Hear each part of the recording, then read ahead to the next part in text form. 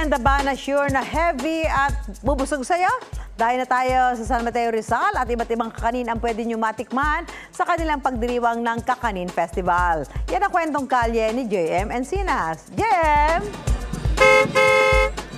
Susan, mahilig ka ba sa suman, bibingka at kung ano-ano pa ang kakanin? Dahil dito sa San Mateo Rizal, marami niyan at tumayo nga tayo rito.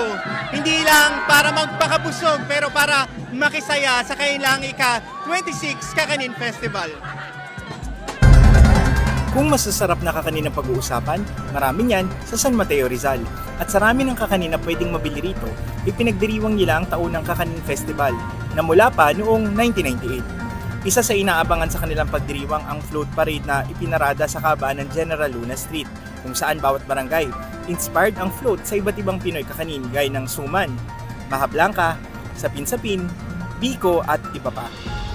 Ang barangay Gulod, Malaya, ube halaya ang tema ng float. Nakita nyo, may stem ng ube, may leaf ng ube halaya. Preparation nito mga 3 to 5 days. Para sa mga taga San Mateo, gaya ng mga kanina kanilang ipinagmamalaki, ito raw ay sumisimbolo sa pagkakaisa ng kanilang mga mamamayan. Samantala, 10 paaralan naman sa elementarya at sekundarya ang nagtagisan sa street dance competition. Isa sa mga kalawak ngayong taon, ang Silangan National High School. Dito po sa Kakanin Festival po yung pinapakita po namin yung mga kung ano po meron sa San Mateo po.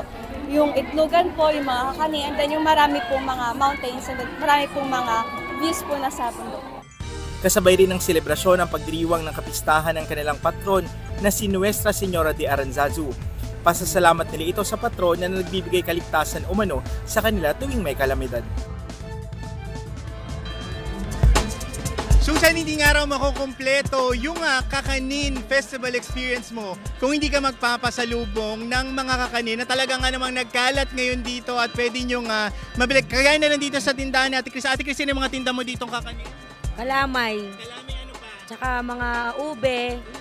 Tsaka mga kamote. Magkano naman yung presyo nito? 3 for 100 lang. 3 for 100, no? Sobrang murang-mura, no? At marami kayong pwedeng pagpilian na kakanin. At sa mga oras nga na ito, ay marami pang mga aktibidad yung nakahanda sa pagdiriwang ng kanilang Kakanin Festival. At yan muna ang latest mula dito sa San Mateo Rizal. Ako si JM Encinas. At yan ang kwentong kalyeng dapat alam mo. Susan? Maraming salamat, JM Encinas.